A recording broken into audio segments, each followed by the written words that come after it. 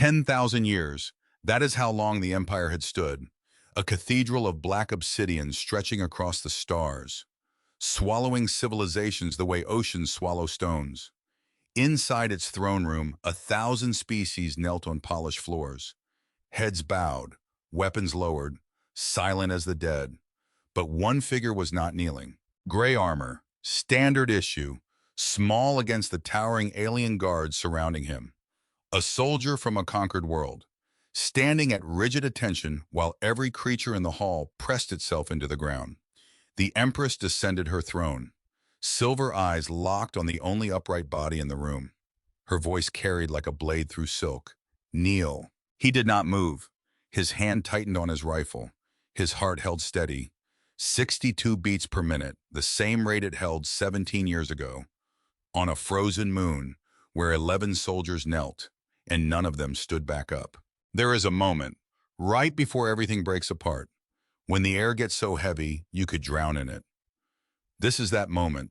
A man stands in the middle of a ruined hall, blood on his armor, cracks in his visor, one arm hanging useless at his side, the other gripping a rifle like it is the last solid thing left in the universe. In front of him, an Empress, silver eyes, diamond armor cracked down the center, staring at him like she has never seen anything quite like him before, because she hasn't. Behind him, 1,000 aliens, kneeling, trembling, pressing their foreheads into polished obsidian floors, the way they've been doing for 10,000 years. And him, standing, just standing. His name is Declan Rhett, Captain, United Earth Directorate, age 40, veteran of wars that most people back home pretend never happened. And this is the story of how he refused to kneel. Not because he was brave, not because he had a death wish, because 17 years ago, on a frozen moon called Europa, he watched 11 people kneel, and every single one of them died. But we will get to that. 3 weeks earlier, the day it all began, the transport shuttle broke through the upper atmosphere of Aegis Prime, and Declan Rhett got his first look at the grand citadel of the Valkorian Empire. It was obscene. That was the only word for it. A cathedral carved from living obsidian, black as the space between stars, rising out of the planet's surface like a fist punching through the crust of the world. Its towers stretched so high they disappeared into artificial cloud layers, actual clouds, inside a building. Because when you've ruled the galaxy for 10,000 years, you stop building things to be functional. You build them to remind everyone how small they are. Declan pressed his face against the viewport, not out of wonder, out of assessment. How many exits? How many structural weak points? How many places a man could take cover if everything went sideways? Old habit, the kind you develop when the universe has tried to kill you enough times that you start taking it personally. The shuttle pilot, a thin-necked Morellian with 4 arms and a permanent expression of mild inconvenience, glanced back at him. First time on Aegis Prime. First time anywhere that isn't a war zone. The pilot blinked all 6 of his eyes, slowly. Then you will feel right at home. Captain, here is what you need to understand about the Valkorian Empire. It is old. Older than the pyramids. Older than language. Older than the concept of mercy. For 10,000 years, the Empire had expanded across the Orion Cygnus arm of the galaxy, swallowing civilizations the way a tide swallows sandcastles. Those who resisted were turned to ash. Those who surrendered were granted the honor of serving as auxiliary soldiers, indentured workers, court entertainment. Notice how none of those options include the word equal. 5 years ago, Earth made its choice. Director Nora Calloway, head of the United Earth Directorate, looked at the Valkorian fleet parked in orbit around Mars, counted the warships, counted them again, then counted the number of humans alive in the solar system, and did the math. The math was ugly, so she signed the Sol Valkoria Accords, a treaty that sounded diplomatic on paper and tasted like battery acid going down. Here were the terms. Earth survives. Earth's colonies survive. In exchange, humanity provides tithes, resources, technology, and its most valuable export, soldiers, because it turns out, humans are spectacularly good at one thing the rest of the galaxy finds distasteful, killing things up close. The shuttle docked in the lower bays of the Citadel. The landing gear clanked against a platform made from something that wasn't metal, wasn't stone, something grown, engineered at the molecular level. The ramp hissed open and the air of Aegis Prime hit Declan's face like a cold slap. It smelled wrong. Not bad, just wrong. The atmospheric scrubbers in the Citadel produced air that was technically perfect. Exactly the right mix of nitrogen, oxygen, trace gases calibrated to support a dozen different respiratory systems simultaneously. But the perfection itself was the problem. Real air has imperfections. Dust, pollen, the faint mineral tang of whatever planet you happen to be standing on. This air had none of that. It was too clean, like breathing distilled water, like the entire atmosphere had been sterilized of personality. Declan stepped off the ramp and immediately felt the weight of the place. Not just the gravity, which was 1.3 times Earth standard, making every step feel like walking through wet sand. It was the weight of being watched, eyes everywhere, species he couldn't name, colors he didn't have words for, all of them looking at him with the same expression. Curiosity, the kind you give a bug trapped under a glass. I was met at the dock by a human diplomat named Leland Burris. Gray suit, gray hair, gray expression. The man looked like he had been born worried and had only gotten better at it with practice. Captain Rhett, Ambassador, I need to brief you before you report to the Vanguard. I was briefed on Earth. You were briefed on procedure. Burris fell into step beside him, walking fast, talking faster. I need to brief you on survival. They moved through corridors that were too tall, too wide, designed for beings that stood 7 feet and considered humans roughly equivalent to a clever species of rodent. Declan had to jog slightly to keep pace with Burris, and jogging makes you look eager. Eager is the last thing you want to look in a predator's den. The Empress has requested a human guard in her royal vanguard, Burris said. Not looking at him, looking everywhere else. It is not an honor. It is a display. You are there to be seen, the newest, most primitive addition to the Imperial collection. A trophy. I know. Do you? Burris stopped, turned. His eyes were bloodshot. The eyes of a man who had not slept well in 5 years.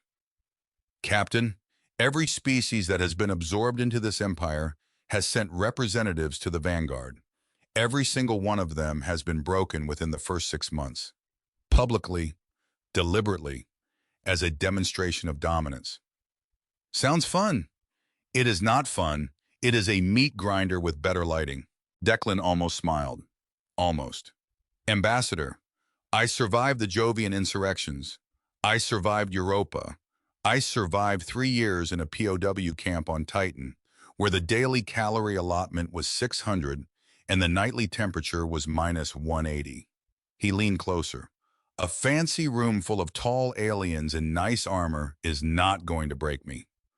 Burris stared at him for a long moment, then sighed the sigh of a man who has heard brave words before and has attended the funerals that follow them. Just remember, you are representing all of us, 8 billion people. If you fail, if you break, it confirms everything they already believe about humanity, that we are small, weak, disposable. And if I don't break, Burris paused, then you terrify them. And honestly, that might be worse. The barracks of the Royal Vanguard were located deep in the substructure of the Citadel. Declan was given quarters that were approximately the size of a storage closet. Gray walls, a bunk that was 6 inches too short, a weapons rack designed for plasma rifles that didn't fit his UED-issue kinetic rifle. He sat on the bunk, pulled out his rifle, began the ritual. Field strip, clean, inspect, reassemble. His hands moved automatically, the way they had every night for 20 years. Since the day a drill instructor on the plains of Montana put a weapon in his hands and told him that this rifle was his life.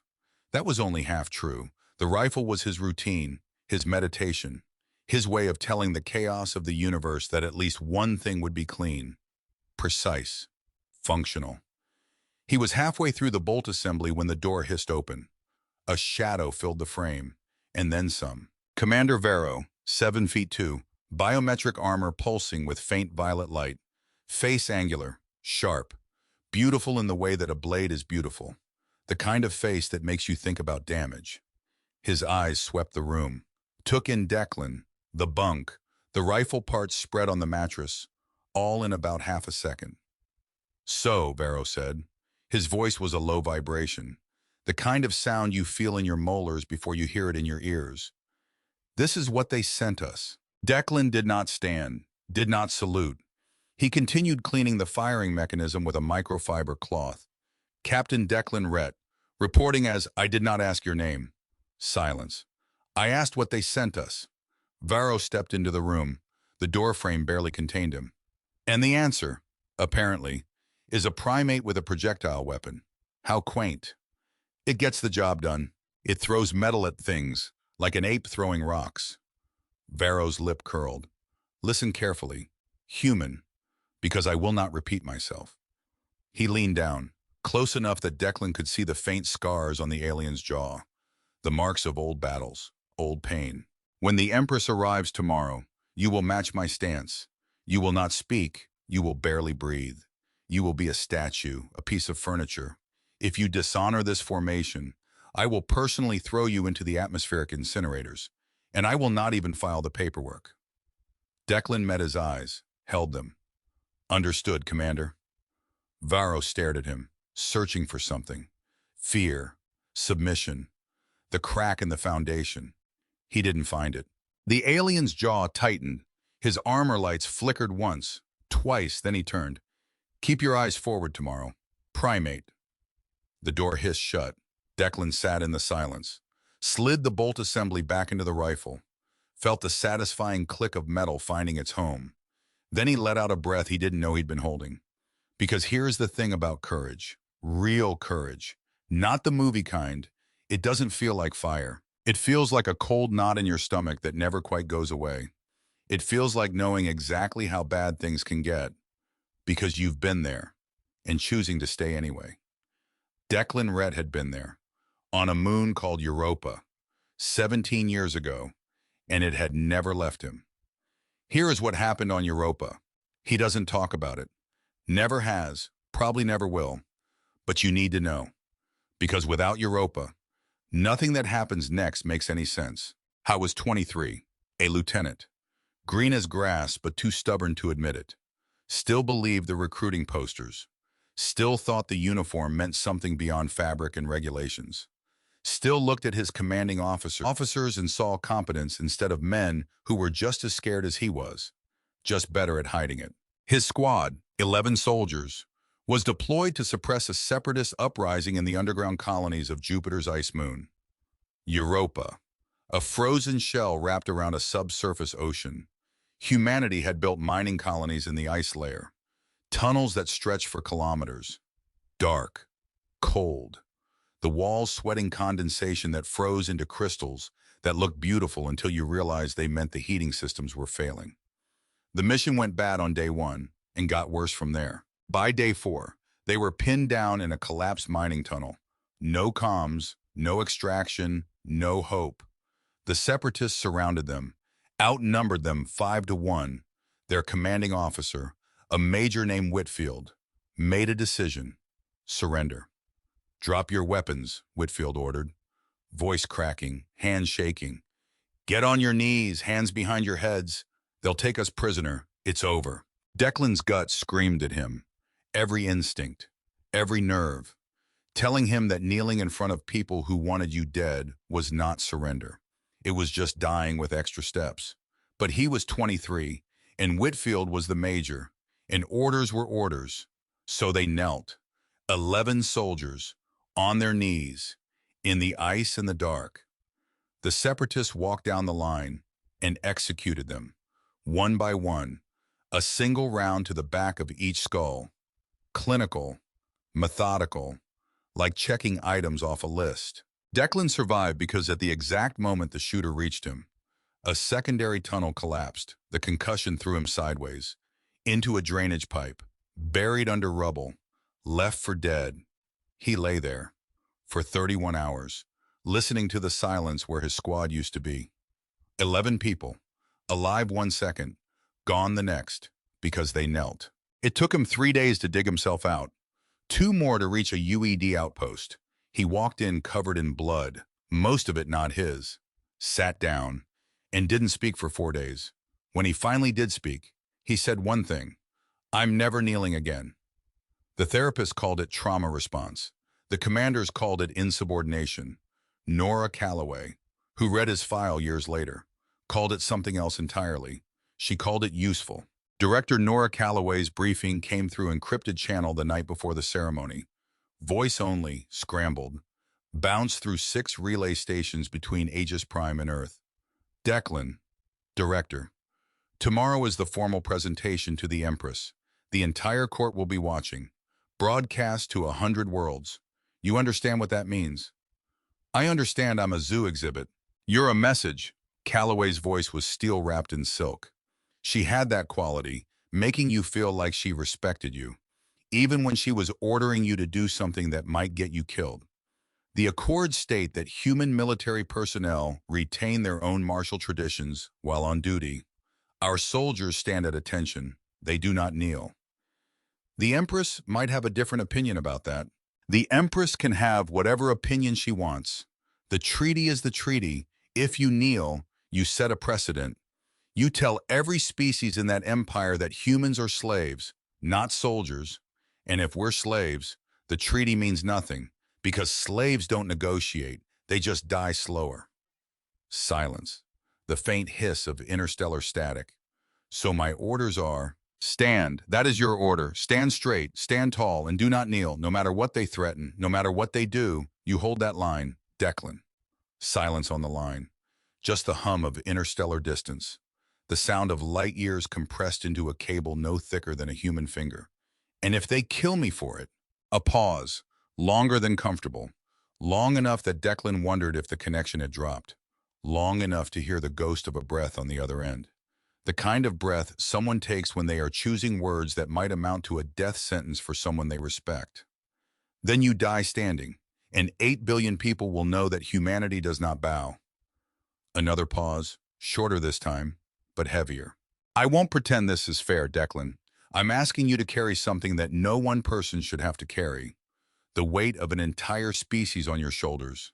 And I'm asking you to do it in a room full of creatures that could break you in half without raising their heart rate.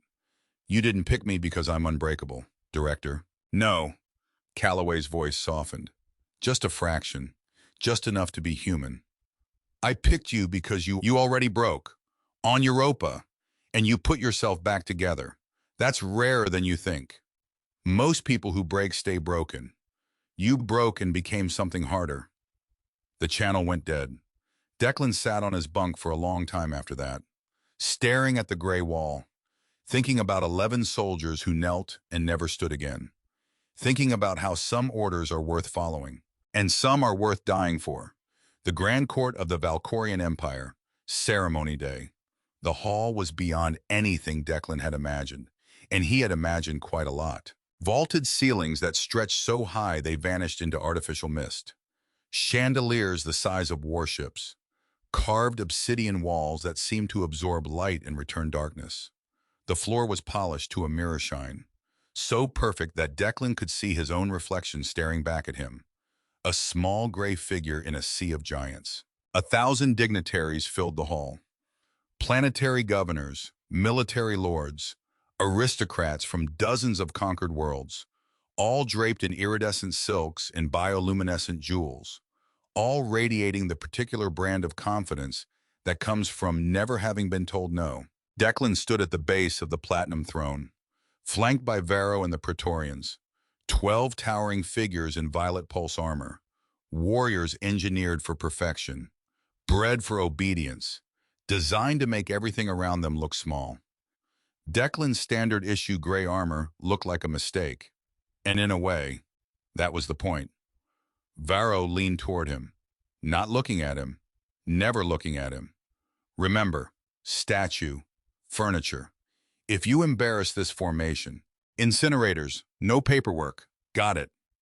Varro's jaw tightened, but before he could respond, the great gilded doors at the far end of the hall groaned open, and the room changed, Empress Seraphina, the entire court, 1,000 beings, representing dozens of worlds, folded in half, simultaneously, like a field of grass bending under a single wind.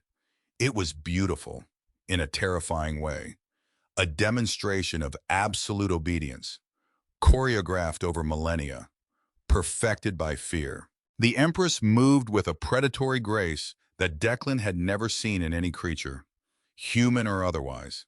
She didn't walk, she flowed. Her ceremonial robes trailed behind her like a river of liquid starlight.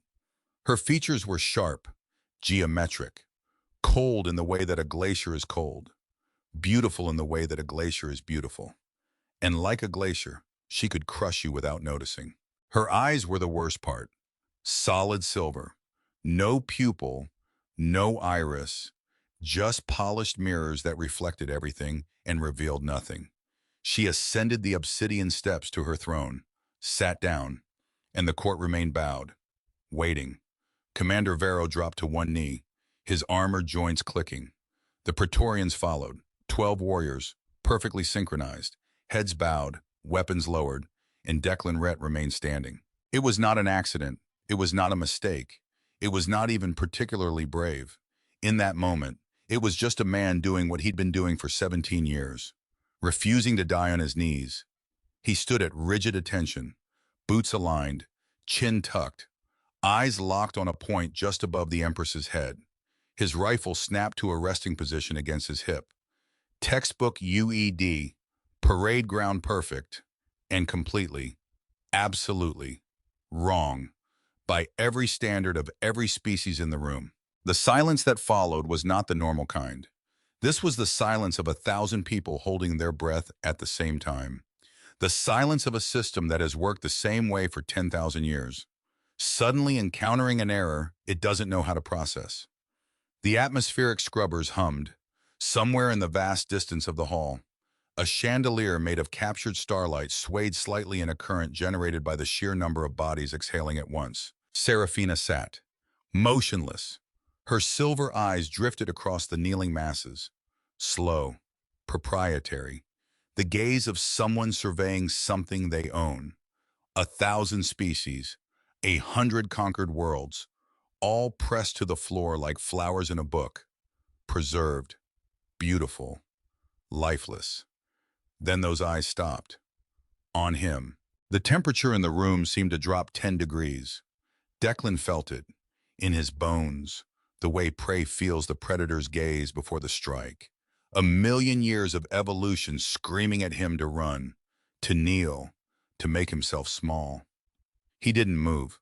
She leaned forward, rested her chin on one delicate clawed hand, and smiled. Fascinating. The word carried across the massive hall, amplified by the architecture, intimate and public at the same time. Commander Varro. Majesty. Varro's head stayed bowed, facing the floor. It appears your newest addition is experiencing some kind of malfunction. Her tone was silk over a blade.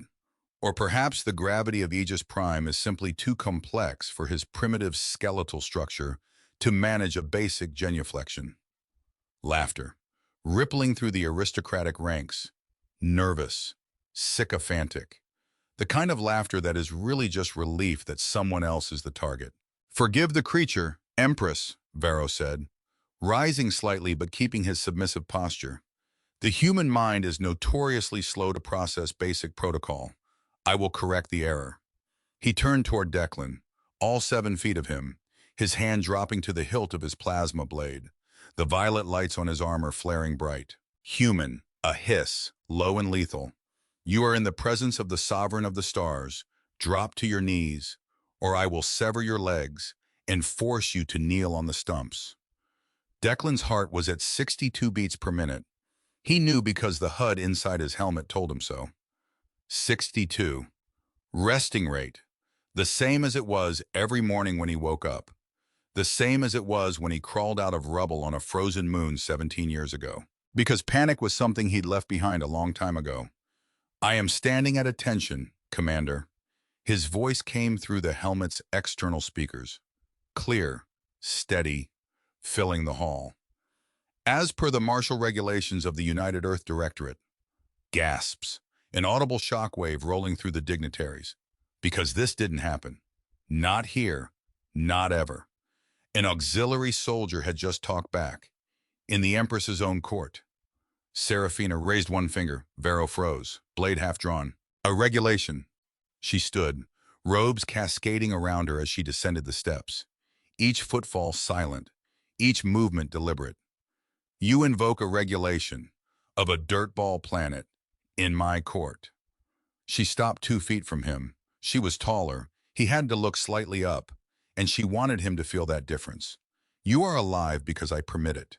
You breathe the synthesized air of this room because I have not yet decided to vent it into vacuum. She leaned closer, her face inches from his visor. I will give you one chance to correct your ignorance, her voice dropped. A whisper that somehow echoed off every wall in the vast chamber. Kneel human in Declan's helmet. The world was very simple. His HUD displayed heart rate 64, ammunition count full, shield integrity nominal, atmospheric reading stable, numbers clean, honest, uncomplicated. Outside the helmet, 1,000 aliens wanted him dead. A 7-foot commander wanted to cut off his legs. And an empress with silver eyes and 10,000 years of unchallenged authority was waiting for him to break. He had approximately 4 seconds to make a choice that would determine the future of his entire species. No pressure. Inside his head, a voice, the voice that lives in the back of every soldier's mind, the one that sounds exactly like the drill instructor who trained you. Calm, detached, almost bored. Assessment. 10 Praetorian guards shifting stance. Plasma rifles charging. Perimeter forming. Varro. Blade half drawn. Heat signature elevated. The Empress. 2 feet. No weapon visible. But those claws aren't decorative. Options. 1. Kneel. Survive the day. Set the precedent. Humanity becomes slaves in all but name. Every other species sees it. Every soldier Earth sends after you gets treated worse because you folded. 2. Stand. Probably die. But the feed is live. 100 worlds watching. Earth watching. 8 billion people see a man die on his feet instead of living on his knees. There was no third option. There never was. Not really. Because the decision had been made 17 years ago. On Europa, in the ice, in the dark, when 11 people knelt and none of them stood back up. Declan adjusted his stance, widened his boots by a fraction, anchoring himself to the polished floor.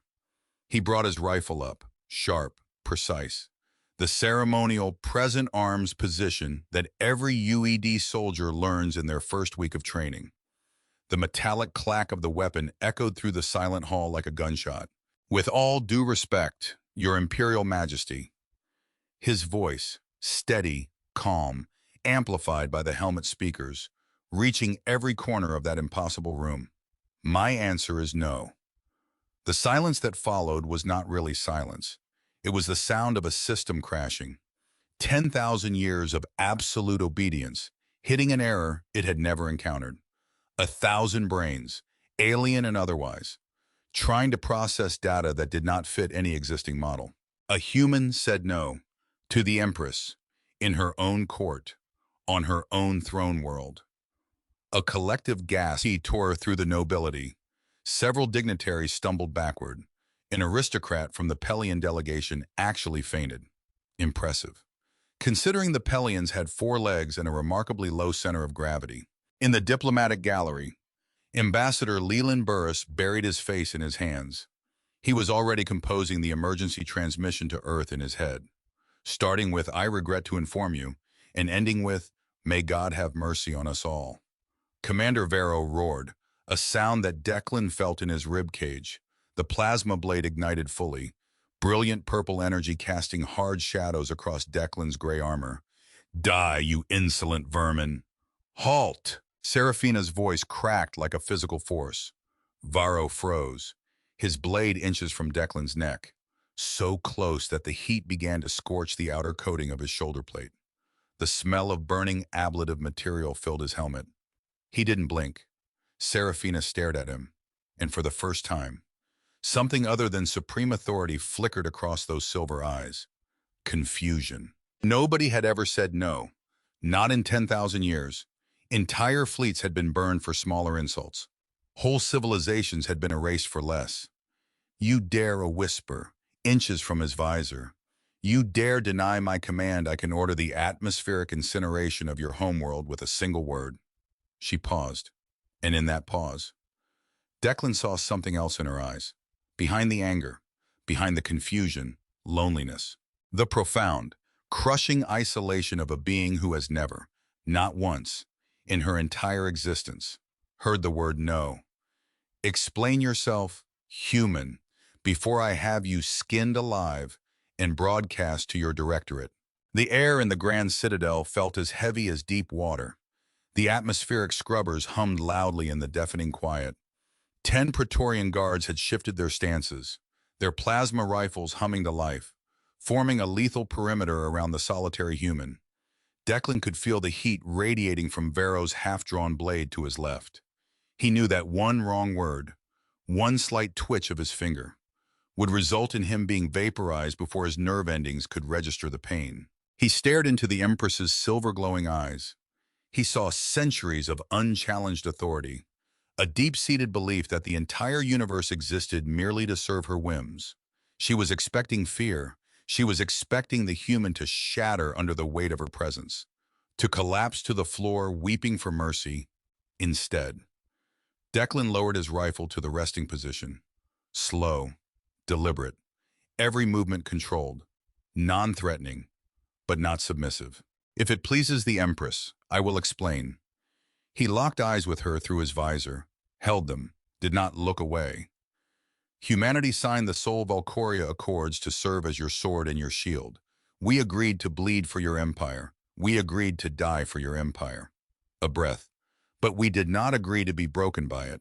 The court was stone, motionless, every ear, every sensor, every recording device trained on the small gray figure who was either the bravest or the most foolish creature in the galaxy.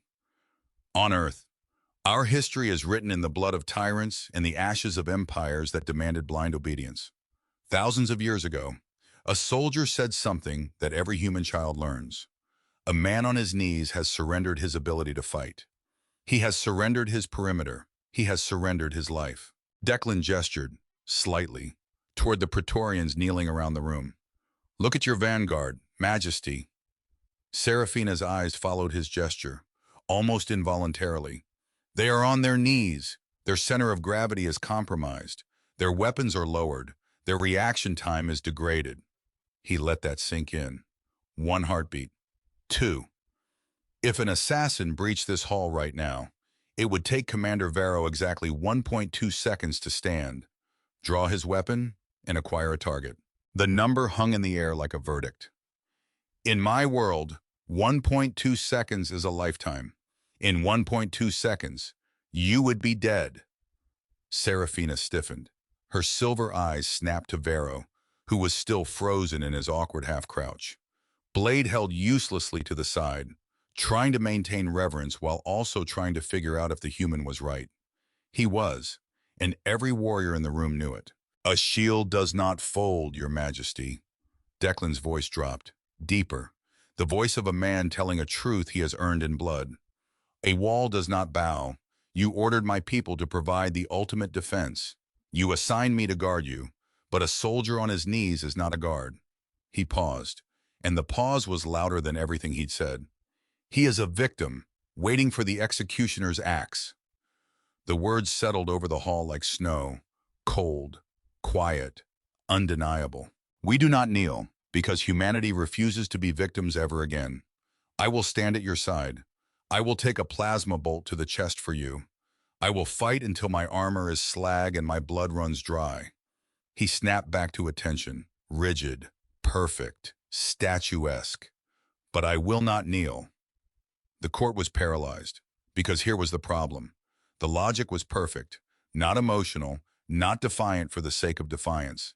It was tactical, practical, coldly, brutally correct. Every military mind in the room was running the same calculation and arriving at the same answer. The human was right. A kneeling guard is a compromise guard, a ritual of submission that directly contradicts the function of protection. 10,000 years, and nobody had ever pointed it out, because nobody was allowed to. The alien lords muttered among themselves, scandalized but fascinated. No vassal species had ever framed their defiance as a strategic advantage for the Empire. It was unprecedented, it was unthinkable, and it was, infuriatingly, logical. Varro was shaking, the rage so pure it was almost radiant. The violet lights on his armor pulsed erratically, like a heartbeat losing rhythm. Majesty, his voice barely controlled. He speaks treason masked as strategy.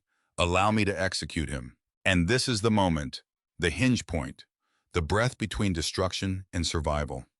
Seraphina stood perfectly still, looking at Declan's eyes through his polarized visor, reading him the way a predator reads prey. Except she wasn't looking for weakness. She was looking for deception. She found none. No grandstanding, no arrogance, no hidden agenda. Just the cold, hard pragmatism of a species that had clawed its way out of the mud, survived ice ages, survived plagues, survived itself, and was still, against all odds, standing. She looked at his posture, the perfect balance of weight on both feet, the readiness in his hands, the angle of his weapon. If someone attacked right now, this human would be the first to respond, not because of loyalty, not because of duty, but because of something baked so deep into his biology that it was indistinguishable from instinct. The refusal to go down without a fight. Something shifted in the Empress's face, subtle, like tectonic plates moving beneath the surface. The anger didn't leave, but something else arrived alongside it, something she had clearly not expected to feel, something that looked. If you squinted, if you knew what to look for, like respect, not the performative respect of subjects bowing, not the calculated respect of diplomats maneuvering, the genuine involuntary respect that one predator feels for another. When it realizes the thing it assumed was prey has claws of its own. The corners of her mouth moved, barely, a fraction, and Declan realized, with a cold spike of adrenaline, that Empress Seraphina was smiling. Not a warm smile, not a kind smile, a dangerous smile. The smile of someone who has just discovered that the universe is slightly more interesting than she thought it was. The smile of a chess player who has spent 10,000 years playing opponents who only know one opening, and has just encountered someone playing a completely different game. It was the most terrifying thing he had ever seen. 1.2 seconds, Commander Varro. Varro hesitated. His face flushed dark violet. I can strike faster than that. Majesty. Can you? The question hung in the air, light as a blade, sharp as a whisper. Then Seraphina stepped back, ascended the first step of her dais, and turned to address the court, her voice ringing out with the absolute authority of 10 millennia. The human speaks a harsh truth. The court held its breath. For too long, this court has favored the aesthetics of submission over the reality of survival. We have grown complacent in our dominance, decorating our power with rituals that weaken the very shield meant to protect it. She turned to the vanguard. Commander Varro, sheath your blade and get off your knees, all of you. Bewildered glances, hesitation, but the command was absolute. One by one, 12 towering Praetorian warriors rose to their feet, armor clanking, joints clicking, like a machine that had been stuck for centuries finally grinding back to life. Seraphina looked back at Declan, her silver eyes glowing, but not with anger anymore, with something more dangerous. Interest. You have a dangerous tongue, Captain Declan Rhett of Earth. So I've been told, Majesty. But you have a warrior's mind. You will retain your position. She ascended the remaining steps, took her throne, and delivered the words that would fracture the foundation of galactic politics. From this day forward, the vanguard of the Valkorian Empire will never again kneel in my presence. You will stand, ready, alert, because a shield does not fold. She sat. The court slowly, uncertainly, rose from their bow, and Declan Rhett stood exactly where he had been standing, the first human to change the laws of the universe, just by refusing to bow. He didn't celebrate. He didn't smile. He gripped his rifle, stared straight ahead, and kept his heart rate at 62 beats per minute, because he knew something that the cheering masses and the scandalized aristocrats and the terrified Ambassador Burris did not. This was not a victory. This was the first shot fired, in a war that nobody else could see yet, and somewhere above the hall, in the shadowed galleries where the powerful watch the powerful, High Minister Draven stood with his hands clasped behind his back. His ancient, multifaceted eyes were locked on the small gray figure far below. The human, who had just made the Empress change a 10,000-year-old law in a single afternoon. Draven did not gasp, did not flinch, did not react at all. He simply filed the moment away in the vast, cold, patient architecture of his mind, and began to plan. The reverberations of what Declan Rhett did in the throne room did not echo. They detonated in the span of a single afternoon. The human race went from a conquered afterthought to a dangerous curiosity. And in the Valkorian Empire, curiosity was not a compliment, it was a threat assessment. Within 12 hours, the footage of Declan's refusal had been transmitted to every corner of the Orion Cygnus arm. 117 inhabited worlds, 46 vassal species, billions of beings who had spent their entire existence believing that the natural order of the universe was to kneel when told to kneel. And now they had watched a human say no and survive. By any measure, the most dangerous thing that had happened to the Valkorian Empire in 10,000 years. Life within the royal vanguard shifted for Declan Rhett the way seasons shift on a gas giant, violently, without warning, and in a direction that made survival significantly more complicated. Before the throne room, he was a mascot, a curiosity, a primitive creature allowed to stand among gods for the amusement of the court. After the throne room, he was a virus, and the Praetorians, led by the perpetually furious Commander Vero, made it their personal mission to eliminate the infection. The war was not fought in the corridors, or the court, or anywhere the Empress's silver eyes might see it. It was fought underground. The training arenas of the Citadel were located 300 meters below the surface. Massive circular chambers carved from kinetic-absorbing polymers designed to withstand impacts that would crack titanium. The floors were scarred, stained with fluids and colors Declan didn't have names for. The air smelled like ozone and old violence. This was where Vero arranged his accidents. Day 4 after the throne room, Declan reported to Arena 7 for a standard evasion drill. He had reviewed the protocol sheet. Routine stuff. Dodge plasma bolts fired at reduced power. Build reflexes. Test reaction time. The safety limiters would cap the energy output at 15%. Enough to sting, enough to leave a bruise, not enough to burn through armor. The arena was empty when he arrived, just him and the 4 automated turrets positioned at the cardinal points, their targeting lasers painting lazy red circles on the polymer floor. Waiting, Declan took position at center mark, rolled his shoulders, cracked his neck, and noticed something. The turret's power indicators were yellow, not green. Yellow meant full charge. Green meant training mode. Except someone forgot to activate the safety limiters. The first bolt screamed past his head close enough to melt the outer layer of his visor. The second clipped his shoulder plate and sent him spinning into the arena wall. Full power, live fire, no safety net. Declan hit the ground, rolled, came up running, not toward cover, toward the firing line, because cover was 40 feet away and the bolts were coming every 1.5 seconds. So the only safe direction was forward, inside the firing arc, where the automated turrets couldn't track fast enough. He dove under the last turret, ripped the power coupling out of the base with his bare hands. The machine died with a crackling whine. Silence. Declan stood up, breathing hard, visor cracked, shoulder plate smoking, across the arena. Varo watched from the observation deck, arms crossed, face unreadable. The safety limiters appear to have malfunctioned, Vero said over the comm. Flat, bored. How unfortunate. Report to medical, and be ready for tomorrow's session. The comm clicked off. Declan stood there for a moment, in the quiet of the empty arena, looking at the scorch mark on his shoulder. Thinking. Not about the pain, about the pattern.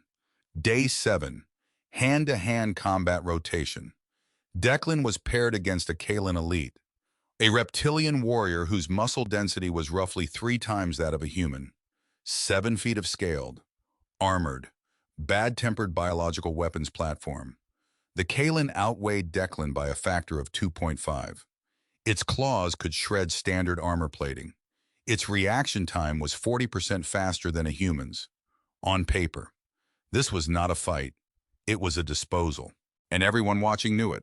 The Praetorians lined the observation gallery, 12 warriors in violet armor, all of them waiting for the human to be broken. Publicly, satisfyingly, the way it should have happened in the throne room. The Kalan charged, 800 pounds of muscle and fury, closing the distance in 2 strides, claws extended, going for a grab and crush that would end the fight in approximately 2 seconds. Declan didn't block. You don't block something that has 3 times your strength. That's not fighting, that's math, and the math says you lose. Instead, he sidestepped, at the last possible fraction of a second, and used the Kalan's own momentum against it. Redirect, not resist. The oldest trick in human combat.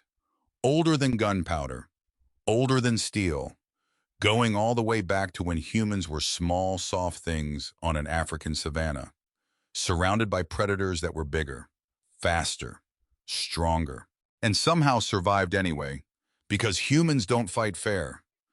Declan caught the Kalan's extended arm, twisted, planted his feet, and redirected all 800 pounds of charging reptile into the arena wall. The impact cracked the kinetic absorbing polymer, the material that was supposed to be uncrackable. The Kalan hit the floor, its collarbone shattered, screaming in a frequency that made Declan's helmet filters spike to maximum. He stepped back, hands open, non-threatening. "Medic," he said calmly, "your fighter needs attention." In the gallery, silence. Then, a sound that Declan did not expect. One of the Praetorians laughed. It was short, quickly stifled, barely more than a sharp exhale through the nose. But in the heavy stillness of the arena, it was unmistakable. Declan's eyes found the source. A younger Praetorian, standing slightly apart from the others, shorter than the rest by half a head. His armor was newer, less scarred, the violet lights pulsing with the quick rhythm of someone whose heart rate had just spiked. Because he had laughed at the wrong moment, in front of the wrong people. Varro's head turned toward the young warrior. Slow, predatory, the way a searchlight finds an escapee. The young Praetorian's laughter died instantly. His face went rigid, eyes forward, but the damage was done. Someone on Varro's team had found the human entertaining, and Varro filed that moment away. The way men who rule through fear always file away the moments when the fear cracks. Day 12. Close quarters combat. This time, Varro himself. No pretense of a training exercise. No safety protocols. Just the 2 of them in the sparring ring, and the understanding that one of them was going to leave hurt. Varro was magnificent. There was no other word for it. Engineered perfection in motion, moving with a speed that should have been impossible for something that large. His plasma blade was deactivated training rules, but his fists hit like pneumatic hammers, each strike carrying the full weight of alien biology designed for war. Declan couldn't match him in strength, couldn't match him in speed, couldn't match him in reach, so he matched him in something else entirely. Endurance. The Jovian insurrections had taught Declan something that no training program could replicate. How to get hit and keep going. How to absorb punishment that should put you down and stay up. Because the thing about human beings, the thing that made them terrifying, was not that they were strong, it was that they didn't stop. Varro hit him, again and again, cracking armor plates, splitting skin beneath the bodysuit, and each time, Declan got back up. Not dramatically, not heroically, he just got up, the way you get up after a fall, automatically, without making a decision about it. Because staying down was not an option his body understood anymore. On the 37th exchange, Declan saw his opening. Varro overextended, just slightly, reaching for a finishing blow that would have cracked Declan's visor clean in half. But the reach exposed something. The respiratory valves on the left side of Varro's armor. Small, delicate, barely visible between the armored plates. The biological equivalent of gills, filtering the air that Varro's species needed to breathe, protected by the armor during combat, unless someone knew exactly where to hit. Declan ducked the killing blow, stepped inside Varro's guard, and drove his elbow directly into the valve assembly. The effect was immediate. Varro staggered. His breathing turned from smooth to ragged. His armor flashed warning indicators. Red lights, emergency, suffocate or retreat. Varro stumbled back, one hand going to his throat, eyes wide, for 3 seconds. Commander Varro, leader of the Imperial Vanguard, the most feared warrior in the Empress's service, could not breathe. 3 seconds, then the valve reset. Air flooded back in, and Varro stood there, gasping, staring at the small gray human who had just reminded him that he was mortal. The Praetorians in the gallery were silent, every one of them now acutely aware that the human had not aimed for glory. He had aimed for the kill switch. Declan stood in the center of the ring, bleeding from a dozen cracks in his armor, left eye swelling shut. 2 ribs definitely bruised, maybe cracked, but standing, always standing. Varro's eyes were strange. The rage was there. Of course it was. But underneath, deeper, something that looked almost like recognition. He turned and left the ring without a word. And Declan, alone in the circle of blood and silence, let himself sag, just for a moment, before straightening up again, because you never let them see you fold. That night, Ambassador Leland Burris came to Declan's quarters. I didn't knock, he just appeared, the way diplomats do, like they've been standing in the doorway for hours, waiting for the dramatically appropriate moment to make themselves known. Declan was sitting on his bunk, field stripping his rifle. Again, always the same ritual. Clean, inspect, reassemble. The only therapy he had ever trusted. Burris was pacing. When diplomats pace, it means the situation has moved past the point where words can fix it. You are going to get our entire species glassed from orbit. Declan. Good evening to you, Ambassador. High Minister Draven has petitioned the Senate. Burris's voice was thin, stretched, like a wire about to snap.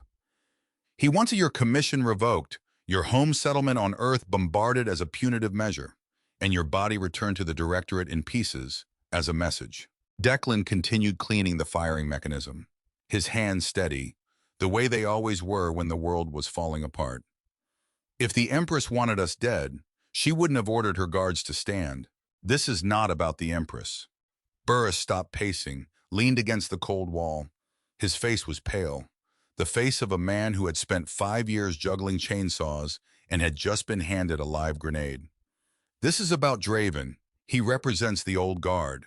Traditionalists who believe that by showing you mercy, Seraphina has displayed fatal weakness. And do you know what happens to Valkorian rulers who show weakness? Declan slammed the bolt assembly back into place. The sound was sharp in the small room. They get replaced. Burris closed his eyes. If Seraphina falls, the treaty falls with her. The next ruler will burn Earth just to make a point. Everything we've built, everything we've sacrificed, gone. Because one soldier couldn't bend his knees. One soldier who was ordered not to. Orders don't matter if we're all dead. Declan looked up from his rifle, met the ambassador's bloodshot eyes, and said something quiet, something that Burris would remember for the rest of his life. She respects strength, Leland. If we act like prey, they will hunt us.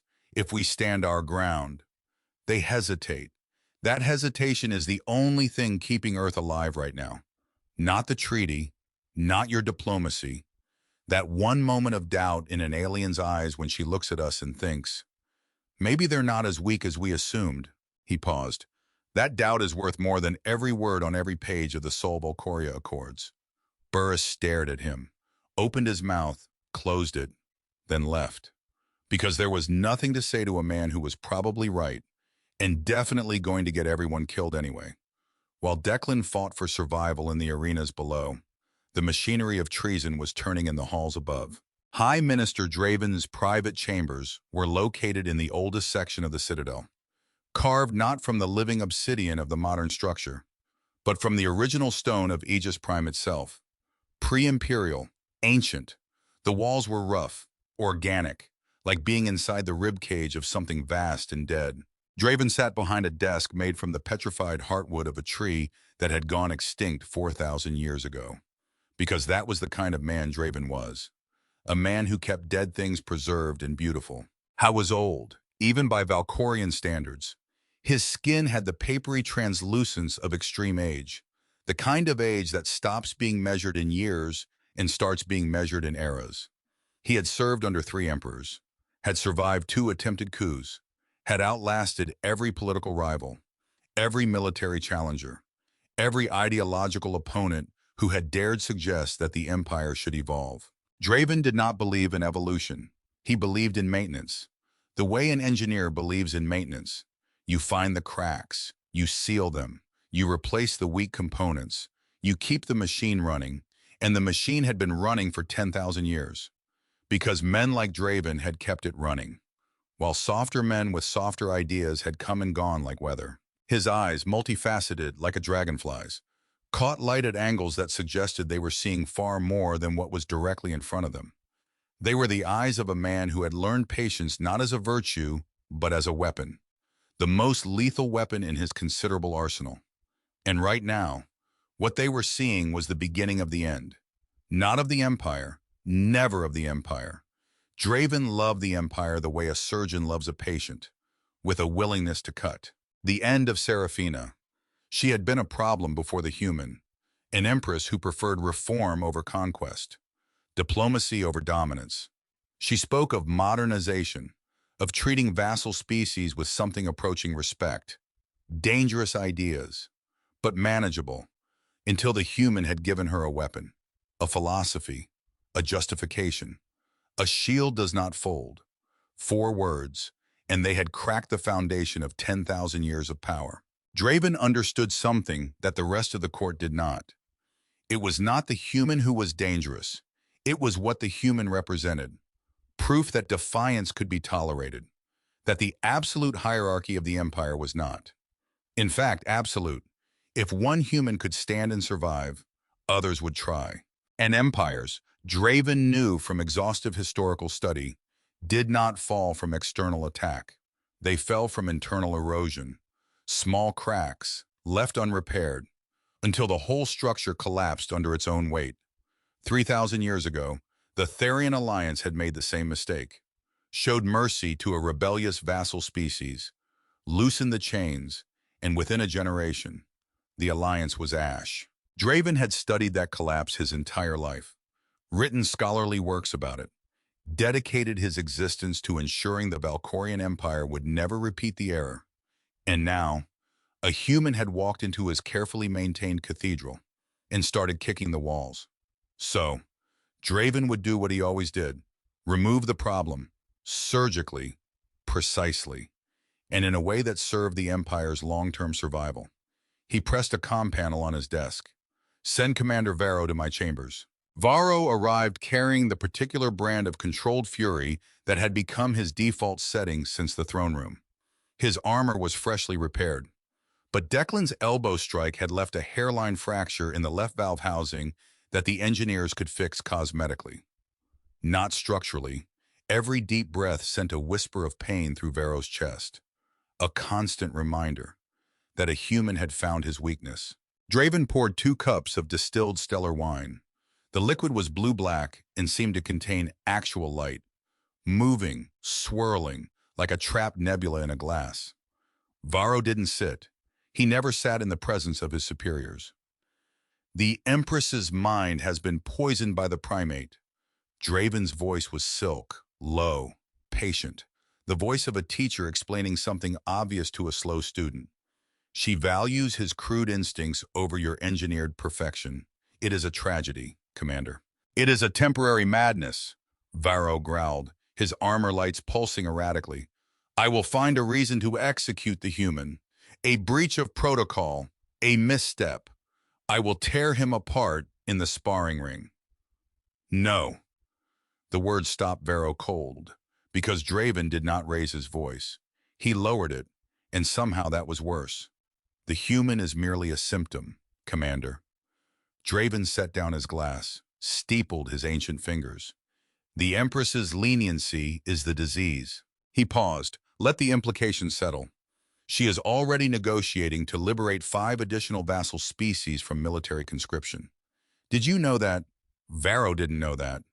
If she succeeds, the Imperial military loses 40% of its auxiliary forces. 40%, Commander. Gone. Because the Empress believes that kindness is governance. Draven pulled a data tablet from his desk, slid it across to Varro. On the screen, documents, projections, troop strength analysis, the cold mathematics of what happens. Therian Alliance showed mercy to the Kellic rebels. Within 1 generation, the Alliance ceased to exist. Every world burned. I have studied this my entire life. Commander, this is not theory, this is pattern recognition, and the pattern is clear. Varro stared at the data, his jaw working. The numbers were ugly, and Draven, reading the room with the precision of a master politician, delivered the blade. This is not about hatred, Commander, or pride, or the human who embarrassed you in front of the court. The words landed exactly where they were aimed. This is about duty, the survival of everything we are, everything we have built, for 10 millennia. Varro's voice was barely audible. What are you proposing? Draven stood, moved to a cabinet behind his desk, opened it, and pulled out a long, sleek, metallic case. He set it on the desk, flipped the latches. Inside, resting in precision-cut foam, 6 matte black rifles, not plasma, not laser, not any Imperial technology, kinetic, projectile, primitive, UED Mk4 pulse rifles, standard issue Earth weapons, smuggled from the black markets of the Outer Rim. Varro recognized them immediately. The same ugly blocky design as the rifle Declan Rhett carried every day. During the festival of the Ascendant Nova, Draven said, his voice dropping to a murmur that barely disturbed the air. The Citadel's internal energy shields will be calibrated for plasma and laser dispersal. Standard protocol. They are not designed to stop hypervelocity depleted uranium rounds. He tapped one of the rifles. You will ensure your Praetorians are stationed at the perimeter. Wide formation, maximum distance from the Empress. My operatives will handle the rest. Varro stared at the weapons. Earth weapons. In an Imperial minister's private chamber. When the Empress falls to human weaponry, Draven continued, each word precise, measured, inevitable. The Directorate will be blamed, Earth will burn, and I will assume the Regency, temporarily, to restore order, and the natural hierarchy that has kept this empire alive for 10,000 years. Silence. Varro's hands were trembling, not from fear, from the collision happening inside his chest. Loyalty to the throne versus conviction that the throne was going to destroy everything it sat upon. I hated betrayal. The word itself made his stomach clench. His species had been engineered for fidelity. Loyalty was not an abstract concept for the Valkorian warrior caste. It was biological, chemical, hard-coded into their neural pathways the way hunger was coded or the need to breathe. To betray a sovereign was to fight against your own nervous system, like holding your hand in a flame and refusing to pull it back. Every molecule of his engineered physiology screamed against what Draven was proposing. But biology is not destiny, and the mind, even an engineered mind, can override its programming. Given enough pain, given enough time, given enough nights lying awake in the dark, remembering the sound of a plasma bolt hitting a chest, remembering a body falling, remembering a brother who thought, in a world that punished thinking. Varro also remembered something else. And this is where we need to talk about Tyrion. Tyrion was Varro's younger brother. Was. That single word. Was. Carrying the weight of everything Varro had buried for more than 2 decades. A brother. A friend. The only person in Varro's engineered and regimented existence who had ever made him laugh without calculation, without purpose. Just the stupid, helpless laughter of two siblings who knew each other so well they could finish each other's thoughts. 23 years ago, under the previous emperor, Emperor Cassian the Unyielding, Tyron had served in the vanguard alongside Varro. Same unit, same armor, same duty, except Tyron was different. Varro was obedient, precise, a machine in warrior's skin. He followed orders the way water follows gravity, without question, without deviation, without thought. Tyron thought. That was his crime. During a court ceremony, Emperor Cassian ordered the vanguard to kneel in the presence of a visiting delegation from the Pellaean Confederacy. Standard protocol, absolute obedience. Tyron knelt, but he knelt wrong. 1.3 degrees off axis, his left knee slightly forward, his head bowed at an angle that the Imperial Court Protocol officer determined was, quote, insufficiently reverent, 1.3 degrees. Emperor Cassian, who ruled through fear the way most beings rule through breathing, made an example. Tyron was dragged to the center of the court, stripped of his armor, and executed, publicly, a plasma bolt through the chest, while the entire vanguard watched, while Varro watched, on his knees. Because Varro had knelt correctly, every degree, every angle, perfect. And so he was allowed to live and carry the weight of his brother's death in his chest like a piece of shrapnel that no surgeon could reach. 23 years, every morning. Varro put on his armor, checked his blade, and knelt when told to kneel, with precision that bordered on pathological, because kneeling correctly was survival, and survival was all he had left. And then a human walked into his court, stood where Tyron would have stood, and did the thing that Varro had been too afraid to do for 23 years. He said no, and lived. Do you understand now why Varro hated Declan Rhett? Not because Declan was primitive, not because he was insolent, not because he had embarrassed the vanguard, because Declan Rhett was living proof that Varro's choice to kneel, the choice that kept him alive while Tyron died, might have been the wrong choice. And that is a kind of pain that no amount of anger can touch. Varro looked at the earth weapons in the case. He thought about Tyron. 1.3 degrees, a plasma bolt, the sound of a body hitting polished obsidian.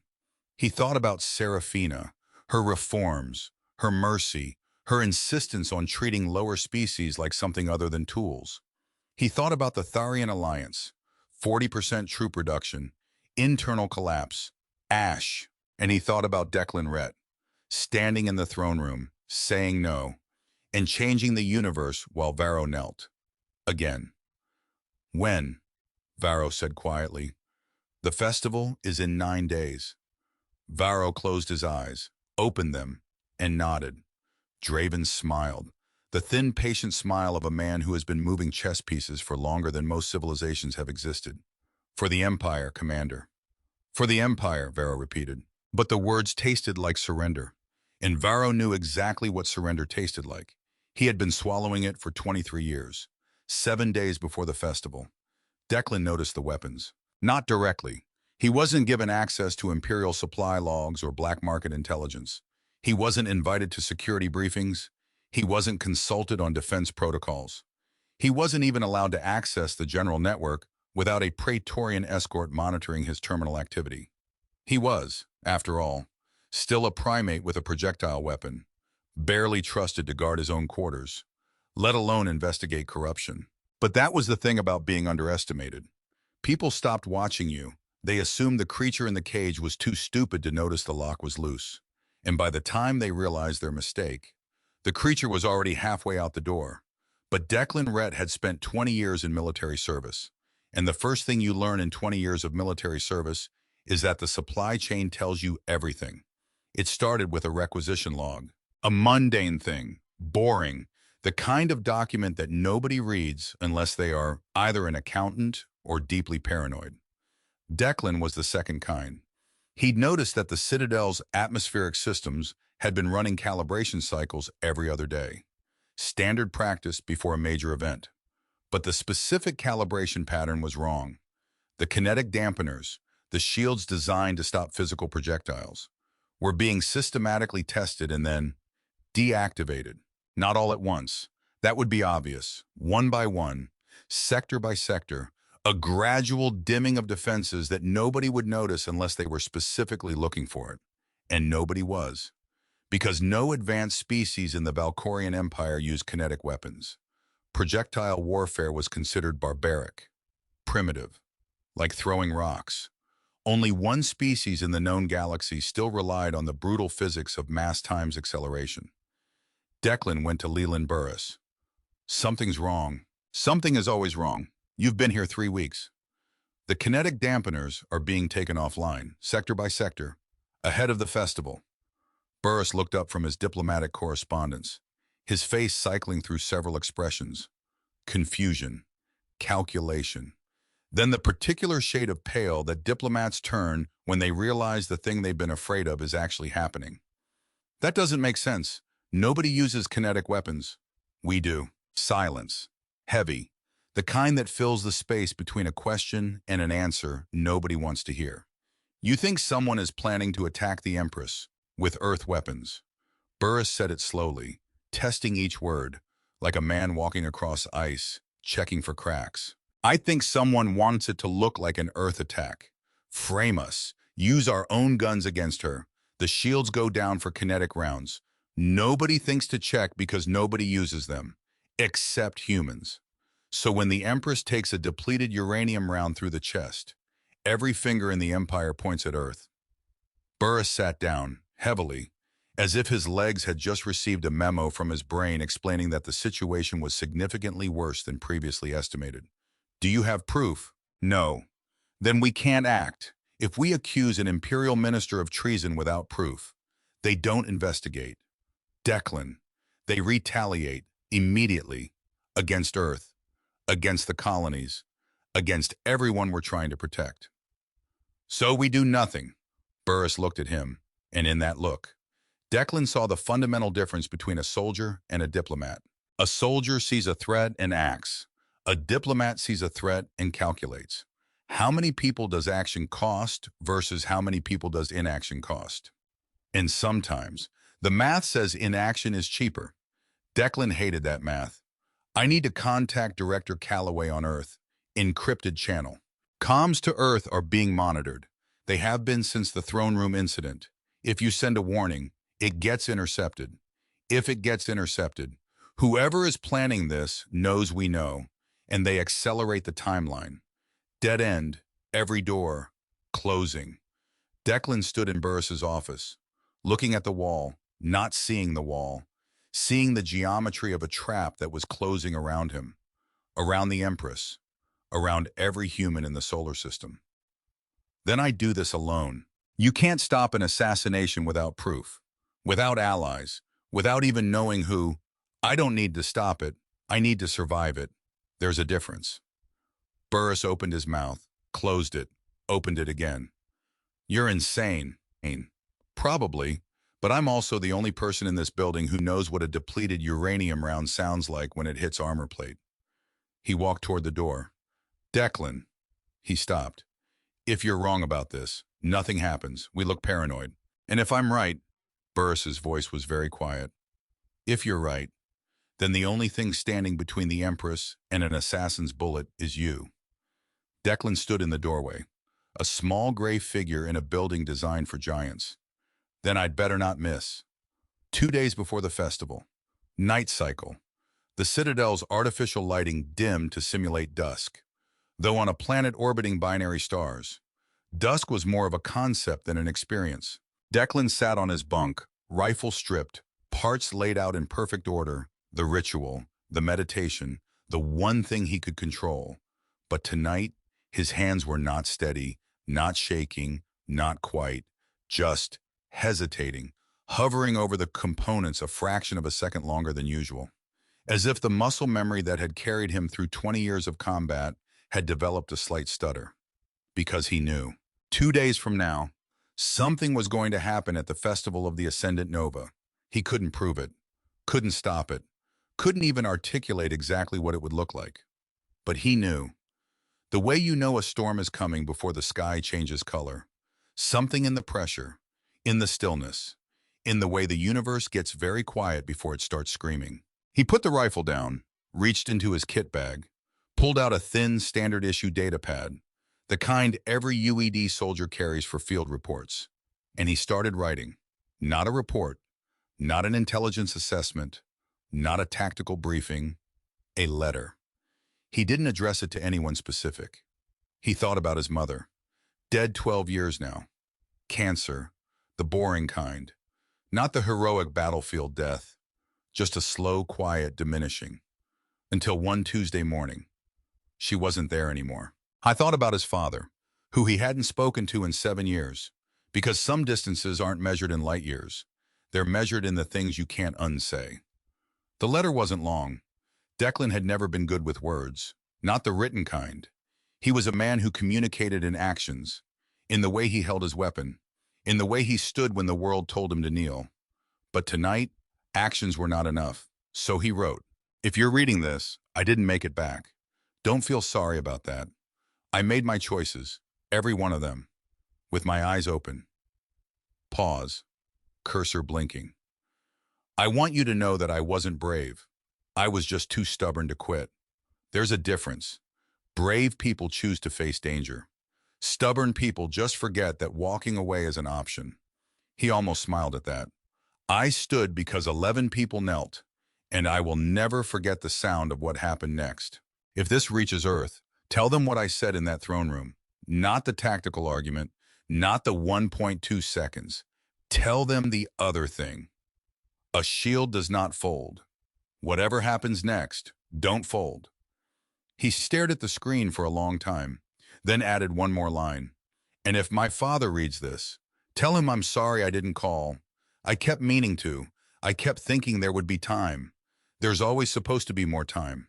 He saved the file, encrypted it, set it to auto-transmit to the UED's emergency relay network in 48 hours. Then he deleted the last line, then rewrote it, then deleted it again, then left it in. Because some things need to be said, even if you spend 7 years finding the nerve, even if you only find it when you think you might not have another chance. Then he sat in the dark, in his closet-sized room, 300 meters below the surface of an alien world. And the loneliness settled over him, the particular flavor of isolation that only soldiers know. When you are awake at 3 in the morning, in a place that is not home, and the only company you have is the cold mathematical certainty that the odds are not in your favor. He closed his eyes, and in the darkness behind his eyelids, he saw 11 faces. Some of the names were gone now. Corporal Webb, Sergeant Halstead. The others were blurring, fading. The forgetting bothered him more than the nightmares, more than the scars. But he remembered how they died. He opened his eyes, picked up the bolt assembly, slid it home, click, reassembled the rifle, checked the magazine, chambered around. Then he set the rifle across his lap, sat with his back against the cold gray wall, and waited for dawn. Outside, the binary stars of Aegis Prime continued their ancient, indifferent orbit, pouring violet and gold light across a planet that had never known the meaning of mercy. And in the highest tower of the Grand Citadel, High Minister Draven stood at his window, looking down at the darkened barracks level, knowing exactly which small, insignificant room contained the small, insignificant human who had disrupted the natural order of the universe. 2 days. In 2 days, the festival of the Ascendant Nova would begin. The Empress would be seated on her floating dais, surrounded by thousands of adoring subjects, protected by an energy shield calibrated for plasma and laser, and completely, fatally, vulnerable to the oldest form of violence in the galaxy, a piece of metal, moving very fast. Draven closed his eyes. Not in prayer. He did not pray. He calculated, and the calculations were perfect. Every variable accounted for, every contingency planned, every piece in position, all except one, the human, who would not kneel, who would not break, who would not stop standing in the way of the natural order of things. But that, Draven decided, was a problem that would solve itself. Because dead men, no matter how stubborn, Do not stand. The festival of the ascendant nova began the way all beautiful disasters begin, with light. The ceiling of the Grand Citadel retracted, a process that took 14 minutes. 14 minutes of ancient gears grinding, obsidian panels sliding apart like the ribs of some colossal beast opening its chest to the sky. And what a sky! The binary stars of Aegis Prime hung in a nebula of violet and gold. Twin suns, ancient beyond reckoning, suspended in a cosmic canvas that made every painting ever created by any species on any world look like a child's crayon drawing. The crowd gasped. They always gasped, even after 10,000 years, even the species that had seen 100 festivals before, because the universe, when it wants to, can still stop you cold. Thousands of dignitaries filled the central plaza, draped in luminescent fabrics that shifted color with every heartbeat, wearing bioluminescent jewels that pulsed like tiny captive stars. An ocean of wealth, power, privilege, all gathered to celebrate the Empire's eternal dominance. Empress Seraphina sat upon a floating dais in the center of the plaza, elevated slightly above the adoring masses. She looked magnificent. There was no other word. Her armor was crafted from spun diamond and star silk, material so rare it could fund a planetary economy. Her silver eyes caught the light of the binary suns and threw it back multiplied. She looked like something beyond mortal. And if you thought about it long enough, that was exactly the problem, because gods don't need guards. Directly below the dais, the vanguard stood. As per the Empress's new decree, they were not kneeling, they stood at rigid attention. Commander Varro at the center of the formation. His Praetorians fanned out in a wide circle around the dais.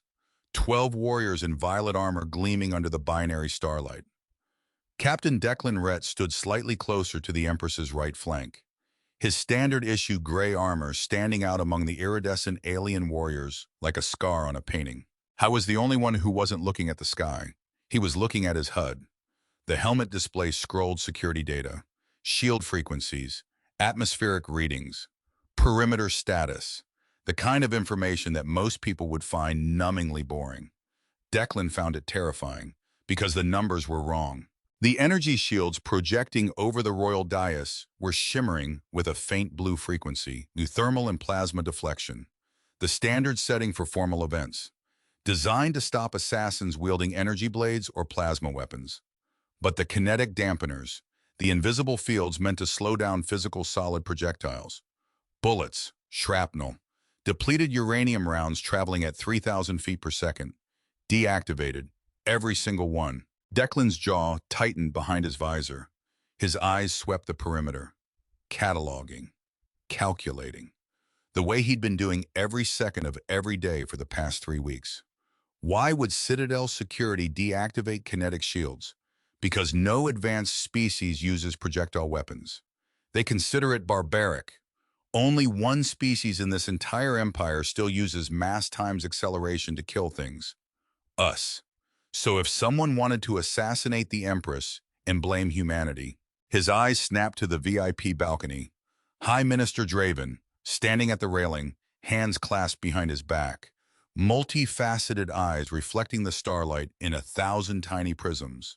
He was not watching the festival. He was watching the Empress, waiting, the way a surgeon watches a patient before the first cut. Declan's heart rate climbed, 62 to 70. 70 to 80. His HUD flagged the spike with a small amber warning.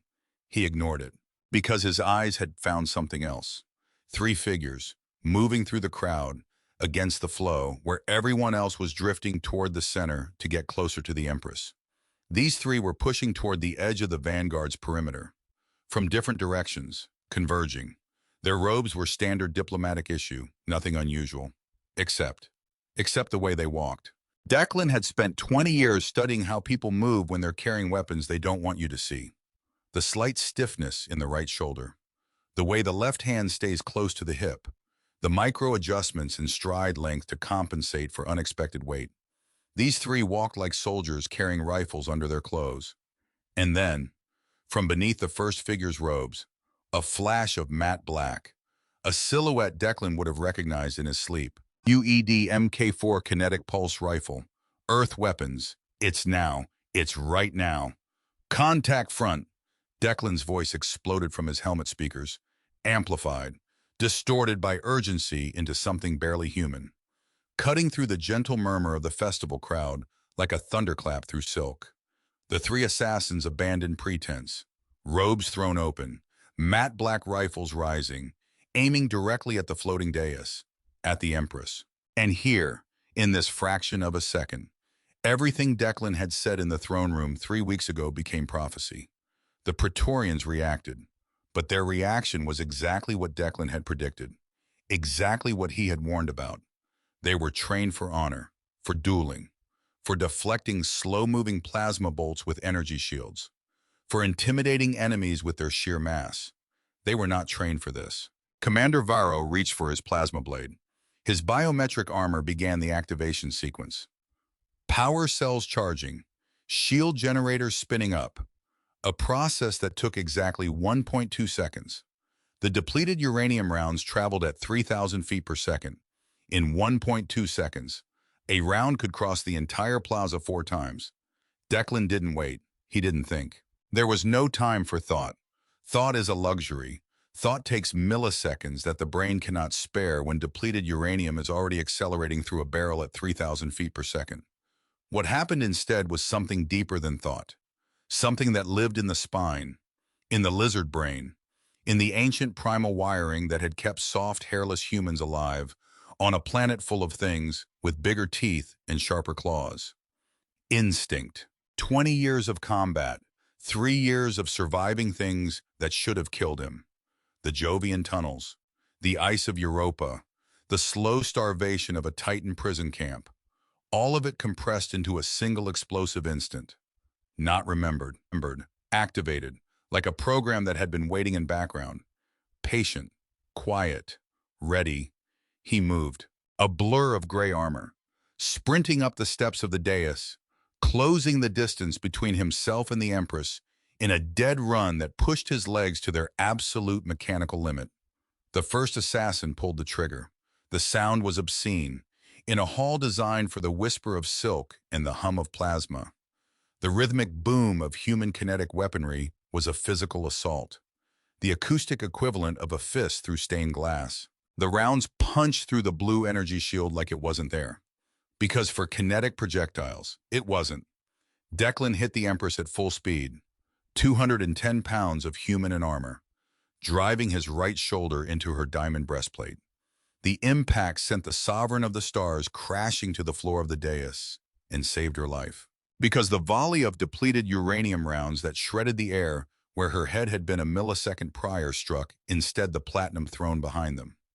The throne, which had stood for 10,000 years as a symbol of absolute power, exploded into a shower of metallic shrapnel. Chunks of twisted platinum rained down around them, sparking, smoking, the remnants of permanence reduced to debris in an instant. Get down and stay down. Declan pressed his armored body over the Empress, shielding her, covering as much of her as his smaller human frame could manage.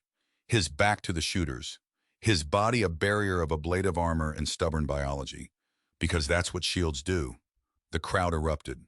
Pandemonium, pure, primal, the kind of chaos that strips away 10,000 years of civilization in the space of a heartbeat. Aristocrats trampled each other. Dignitaries screamed in frequencies that Declan's helmet could barely filter. The elegant festival became a stampede of silk and terror. The Praetorians finally activated, blades igniting, shields flaring.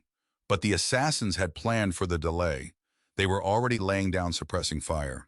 Controlled, precise, keeping the Praetorians pinned behind their energy shields while the kinetic rounds punched through every gap. 2 Praetorians fell, their armor, designed to deflect plasma, offered minimal resistance to hypervelocity metal. The unshielded joints at their knees and elbows shattered under the impacts. They went down hard. Declan rolled off the Empress, brought his rifle to bear, his hands moving with the mechanical precision of 20 years of muscle memory. Breathe in, acquire target. The first assassin. 40 meters, center mass blocked by crowd movement. Head exposed. Exhale. Squeeze. The 3-round burst left his rifle with a sharp concussive bark. The first assassin dropped, one down, two moving. The second assassin pivoted, fast, trained, aiming directly at Declan. The MK4 barked. The round hit Declan's left shoulder like a freight train. Depleted uranium at 3,000 feet per second. Punching through the ablative coating, through the ceramic underlayer, burying itself in the composite weave against his collarbone, which shattered. Pain, enormous, blinding, the kind that whites out your vision and turns your muscles to water. Declan's left arm went dead, hanging loose, useless. His right arm stayed up, because his right arm had the rifle, and the rifle was his life. He fired, one-handed, bracing the stock against his hip. The recoil nearly tore the weapon from his grip. The second assassin dropped.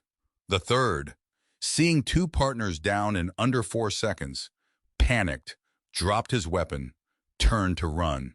I made it 6 steps. Commander Varro materialized out of the chaos, his massive frame blocking the assassin's escape. One hand closed around the fleeing killer's throat, lifted him off the ground. A sound, short, final, like a branch snapping in winter. The assassin went limp. Varro dropped the body and stood there, in the sudden pocket of silence that forms around violence when the violence stops, looking down at the dead assassin, then at the UED rifles scattered on the polished floor. Earth weapons in the hands of alien mercenaries. His eyes moved up to the VIP balcony where High Minister Draven stood, gripping the railing, his ancient face a mask of absolute horror, because the Empress was alive, and his perfect plan, his surgical removal, his restoration of the natural order, had failed. Declan was on his feet, barely, blood pooling inside his suit, leaking from the massive dent in his shoulder plate. His HUD was throwing red warnings across his vision like confetti at a funeral. He ignored them, all of them, because red warnings are for people who have the luxury of addressing problems one at a time. He scanned the perimeter, weapon trained on the crowd with his one good arm, searching for secondary threats. Because assassinations never come in ones, they come in waves. Serafina stood up. She looked at the ruined throne, the twisted platinum, the scorch marks, the bodies. Then she looked at the human who was currently bleeding on her floor, barely upright, weapon still raised, eyes still scanning, still standing, because of course he was. Varro's voice boomed across the plaza, loud, commanding, carrying the particular frequency of a man trying to salvage something from wreckage. Earth Weapons Majesty, this was a human plot.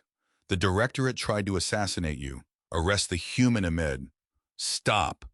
Declan's voice, wet, ragged, amplified through speakers that were beginning to crackle from damage, but steady, still steady. If Earth wanted her dead, Commander, I wouldn't have just tackled her out of the way.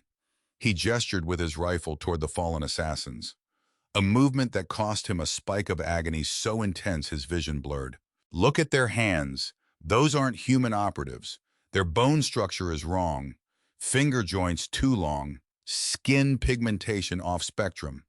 They're mercenaries, aliens, disguised in diplomatic robes. He turned slowly, painfully, toward the balcony. Someone bought our guns on the black market to frame us. Someone who knew the kinetic shields would be down today. Someone who had access to the Citadel's defense grid. Every eye in the surviving crowd followed his gaze, up to the balcony, where Draven stood, alone. Serafina's silver eyes narrowed. The confusion evaporated, replaced by something far worse, understanding. She connected the pieces, the shields, the weapons, the timing, the months of political pressure against the human. Draven's insistence that mercy was weakness, his petitions to the Senate, his quiet conversations with Varro. Varro. She turned to look at her commander, and the look she gave him was not anger. It was disappointment, infinitely worse. And then Draven made his final move, because cornered animals are the most dangerous animals. And Draven, for all his intelligence, for all his calculations, was still, at his core, an animal that refused to die quietly. He leaned over the balcony railing and screamed. A command, in the ancient high tongue of Aegis Prime, a language older than the Empire itself, words that carried weight, authority, the genetic memory of 10,000 years of absolute obedience, a kill order. And the rot revealed itself.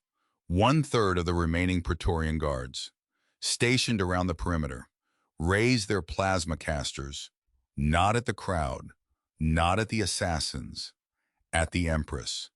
12 warriors, turning their weapons against their sovereign, traditionalists, loyalists not to Seraphina, but to the idea of what the Empire used to be, before reform, before mercy, before a human was allowed to stand when he should have knelt.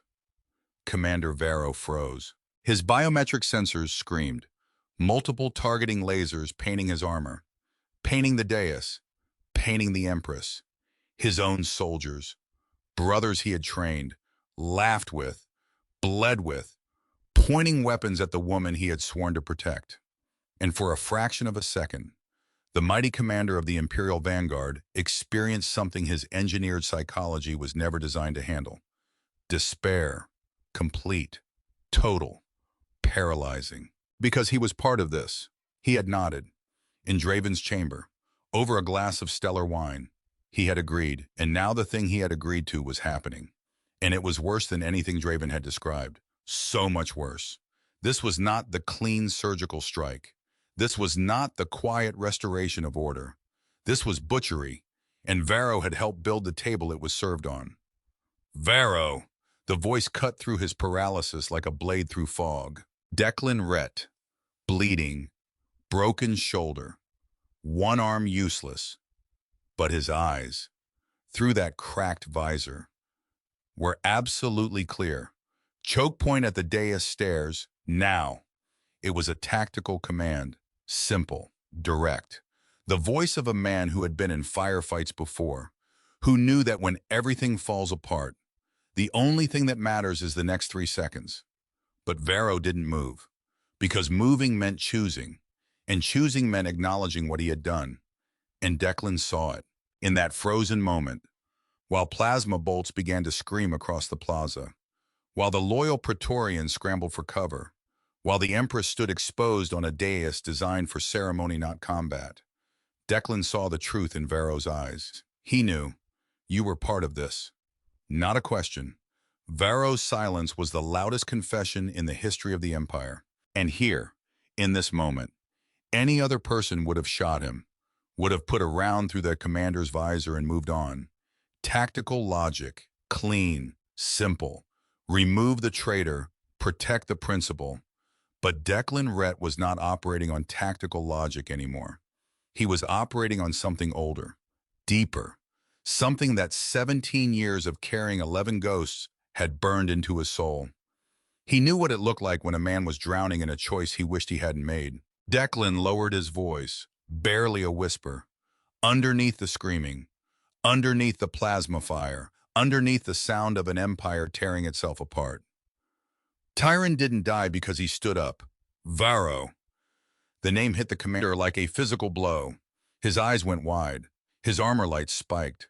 Tyron died because of a system that kills people for standing up. And right now, Declan's voice cracked.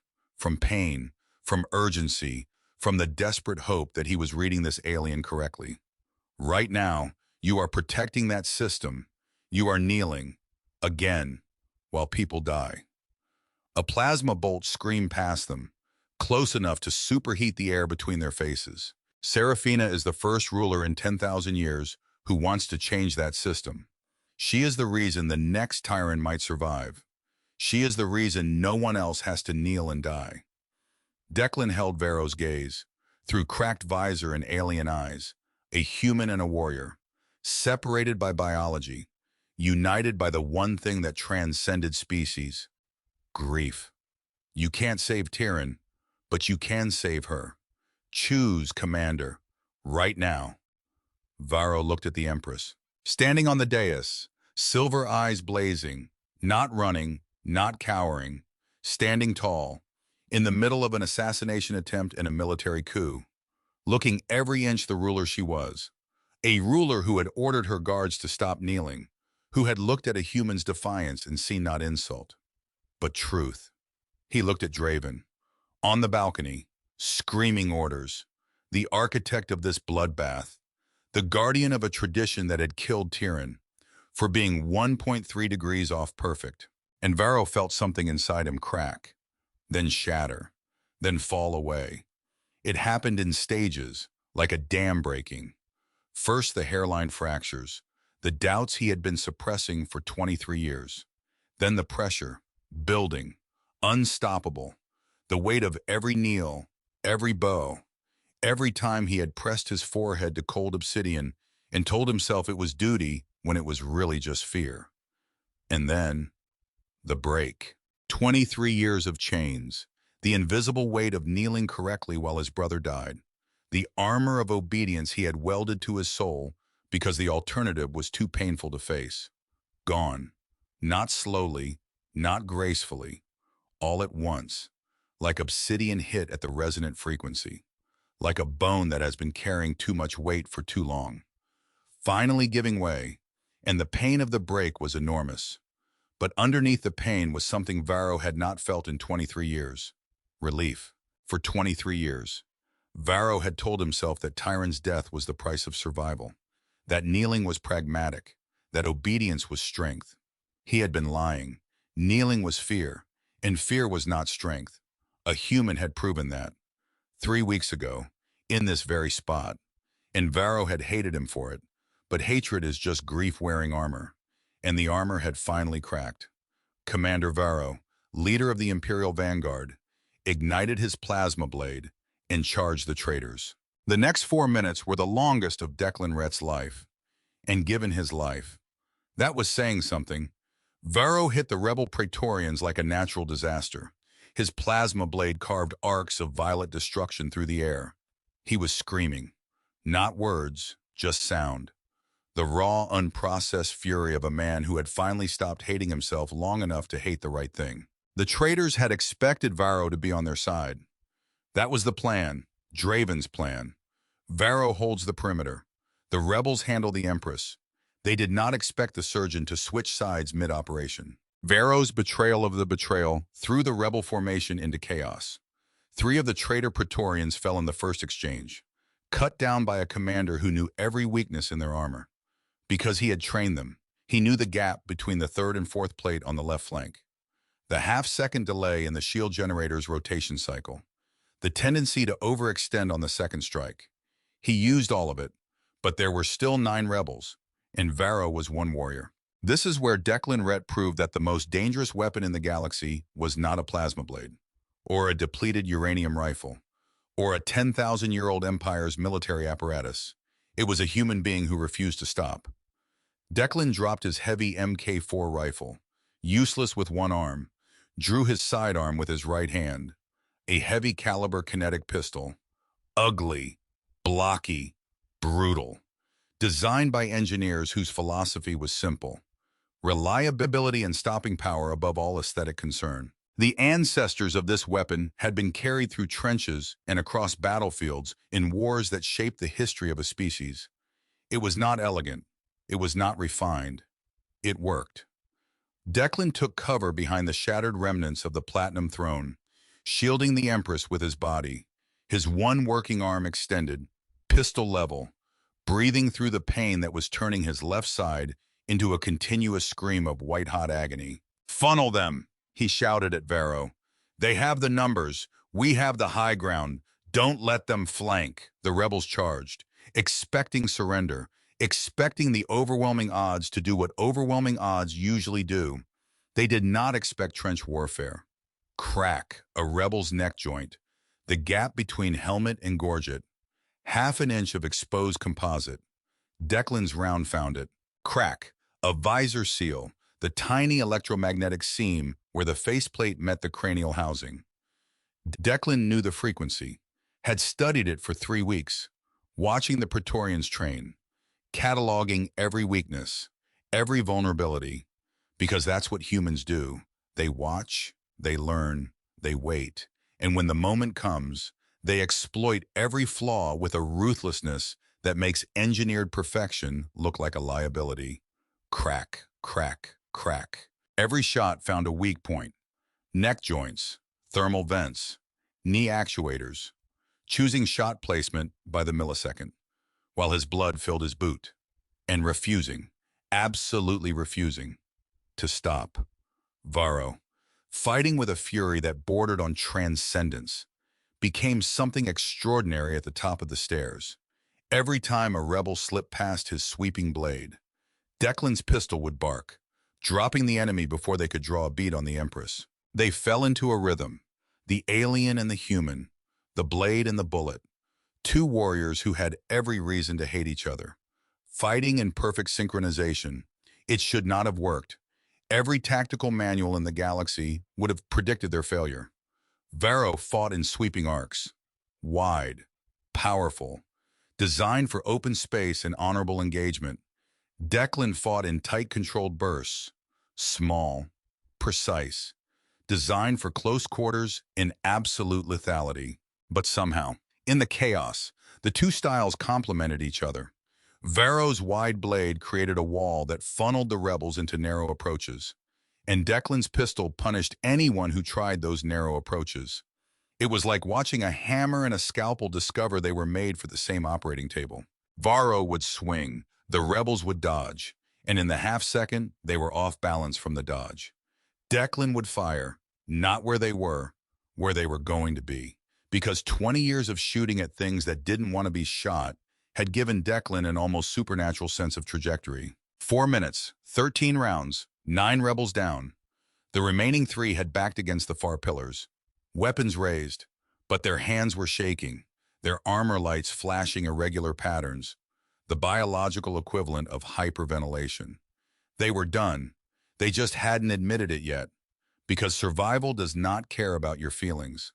On the balcony, Draven watched his coup dissolve. The loyalist Praetorians were rallying, emboldened by the sight of the Empress standing tall on her dais, touched, unbroken, shielded by a bleeding human who had no business being alive, let alone fighting.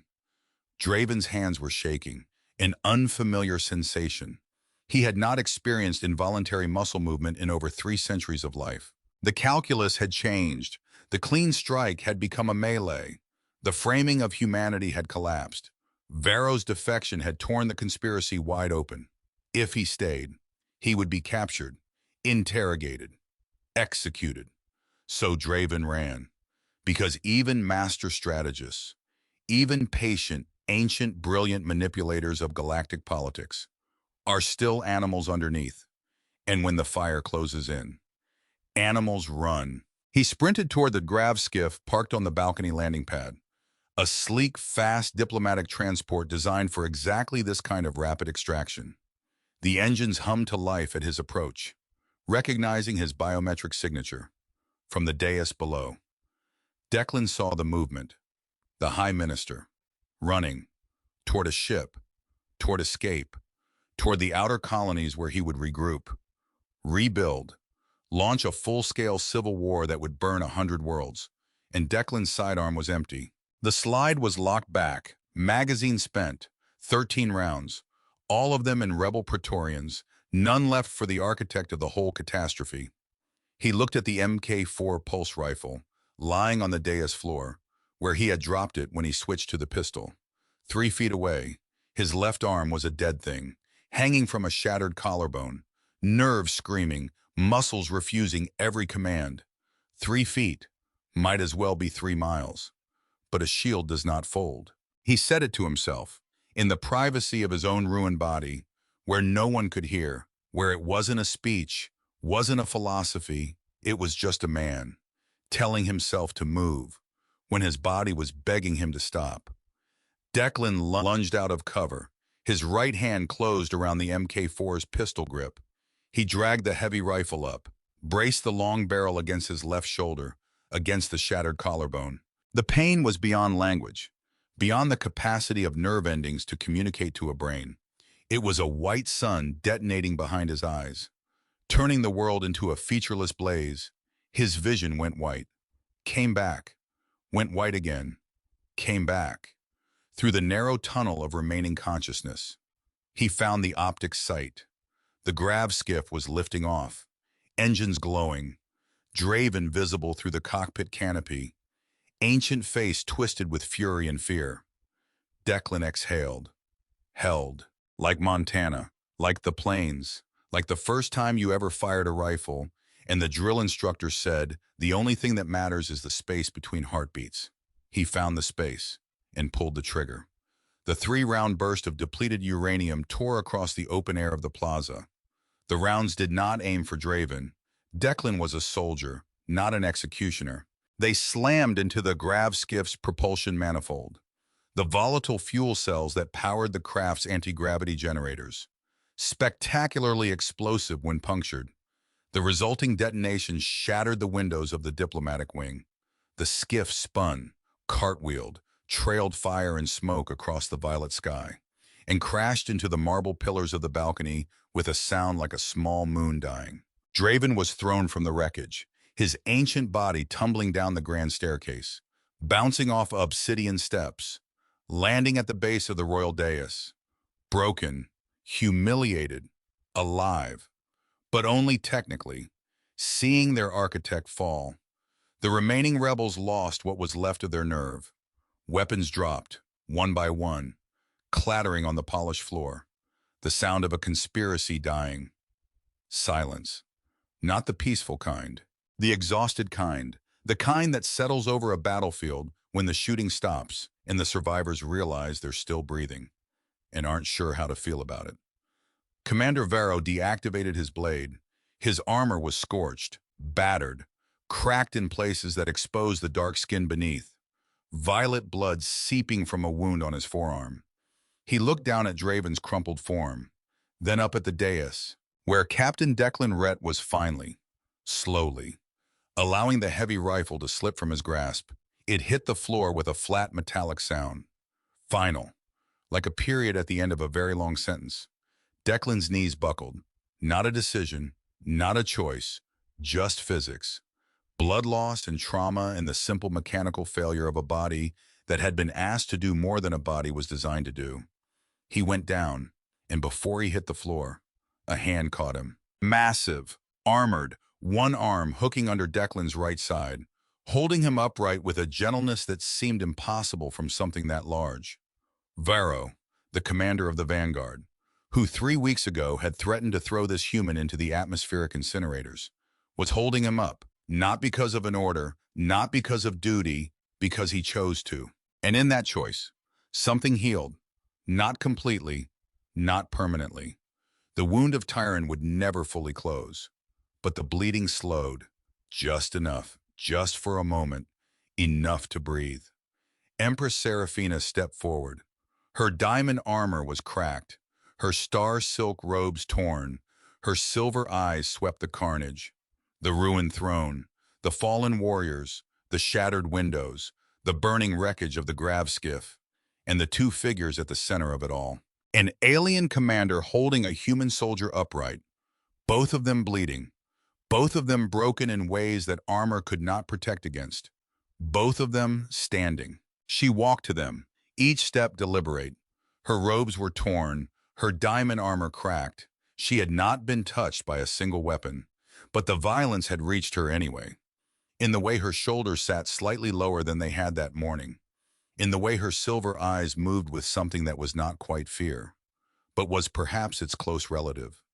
The awareness that the universe does not owe you survival, even if you are an empress, even if you have ruled for centuries, even if 1,000 species bow at your feet. None of that matters when the bullets start flying. And the only thing between you and death is a man in gray armor who chooses to stand in the way. She looked at Declan. His visor was cracked. Through the spiderweb of damage, she could see his eyes, blue, human, exhausted beyond description, but alert, still scanning, still looking for threats, even now. Captain Rhett, Majesty, you told me, in the throne room, that you would never kneel in my presence.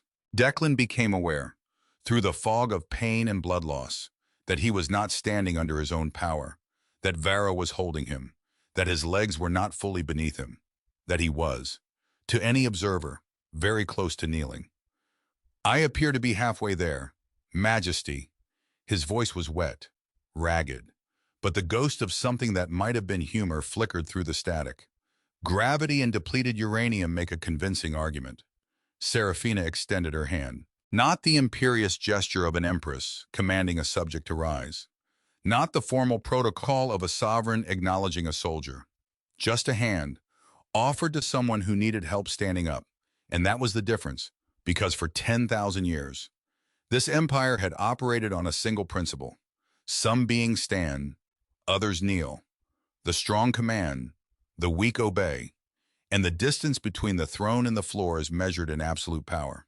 But here, on this ruined dais, with the binary suns pouring light over the wreckage, an empress was reaching down, and a soldier was reaching up, and the distance between them was measured in something else entirely. Declan looked at her hand. He thought about 11 faces in the dark, a drill instructor on the plains of Montana, a letter on a data pad addressed to no one. And he thought about this, a hand, extended, not in command, in respect. He grasped it. Serafina pulled, with surprising strength. The Empress of the Valkorian Empire, hauling a bleeding human to his feet, while a disgraced commander held him steady from the other side. 3 beings, from 2 different worlds, standing together on the ruins of the old order. Declan found his balance. His legs held, barely, but they held. He was standing. Of course he was. Serafina turned to the plaza, to the surviving dignitaries, to the guards and the wounded and the terrified masses who had watched their world crack open. Her voice, when it came, was full, raw, carrying across the open plaza with the clarity of a bell struck in an empty cathedral. Lord Chancellor Burris, from beneath a toppled banquet table. Ambassador Leland Burris crawled out. His gray suit was torn, his gray hair was displaced. His expression, somehow, was grayer than both. Yes, your Imperial Majesty, burn the Soul Valkyria Accords. The words hit the plaza like a second detonation. Burris's mouth opened, closed, opened again, making sounds that were not quite words. Draft a new treaty, the Aegis Earth Alliance. Serafina's voice rang against the obsidian walls, against the binary starlight, against 10,000 years of unchallenged supremacy. From this day forward, humanity will not pay tithes, you will not serve as conscripts, you will not be displayed, or degraded, or treated as lesser beings in any court of this empire. She paused, and the pause was louder than the words. You will sit at my right hand, not as vassals, but as equals. Your soldiers will train mine in the brutal, beautiful, unbreakable art of survival. She turned back to Declan, who was still upright, still conscious, through what could only be described as sheer molecular stubbornness. And Captain Declan Rhett will be the first general of the unified fleets. Declan blinked, behind his cracked visor, processing. I'll need to check with my superiors on Earth. Majesty. The words came slowly, carefully, like a man picking his way through rubble. But I think they'll approve the promotion. From beside him, holding him up, Commander Varro made a sound. Low, deep, rumbling, like tectonic plates settling after an earthquake. Laughter, genuine, unforced. The first honest sound Varro had made in 23 years. You will stand at the front, General Rhett, Varro said. And his voice was different, lighter, as if something heavy had been set down, something that had been crushing him for longer than this human had been alive. And I will stand with you. Draven was carried away by the Loyalist guards, still alive, still conscious. His multifaceted eyes seeing everything, understanding everything, and unable to change any of it. He had studied the fall of the Thurian Alliance his entire life, had dedicated his existence to preventing the Valkorian Empire from repeating that mistake. And in the end, he had become the mistake. The threat from within, the crack in the foundation that he had spent millennia trying to seal. The Praetorians who had remained loyal gathered in a loose formation around the Empress, not kneeling, standing, their weapons ready, their eyes scanning, the way Declan had taught them, without ever meaning to, and from 100 worlds. Across the Orion Cygnus arm, billions of beings watched. They had tuned in expecting a festival. They got something else. They got the image of a small gray figure in battered armor, standing next to a towering alien warrior. On the ruins of a broken throne, Varro stood next to him, armor battered, blade sheathed, the violet lights on his suit pulsing with a steady, calm rhythm that Declan had never seen before. "The outer colonies will resist the new alliance," Varro said quietly. "Draven's ideology did not die with his arrest. There are others who believe as he did." "I know. This peace, it is fragile. All peace is fragile. That's why you have to stand guard over it." Varro looked at him, and for the first time, Declan saw the alien's face without the mask of anger, without the armor of contempt, without 23 years of shame. He just looked tired, tired and relieved. "Ready, General." Declan took a slow breath. His left arm was in a field sling now, his collarbone held together by a temporary biofoam cast that the medics had applied with expressions of profound skepticism. His armor was cracked, scorched, stained with two colors of blood, one red, one violet, mixed together in streaks that ran down his chest plate like a flag nobody had designed yet. But he was standing. He was always standing. Not because he was unbreakable. He had broken, many times, on Europa, on Titan, in the quiet hours of 100 sleepless nights when the ghost came to visit and he couldn't tell them to leave. But he had learned something that the ghost couldn't take from him, that breaking and staying down are not the same thing, that the measure of a person is not whether they fall, but whether they get back up, and how many times, and for whom. "A shield does not fold, Commander." He paused. "But sometimes it opens, to cover more ground." Neither of them kneeling, both of them bleeding, both of them standing. And for the first time in 10,000 years, the galaxy looked at humanity and did not look down. It looked across. End of part 3.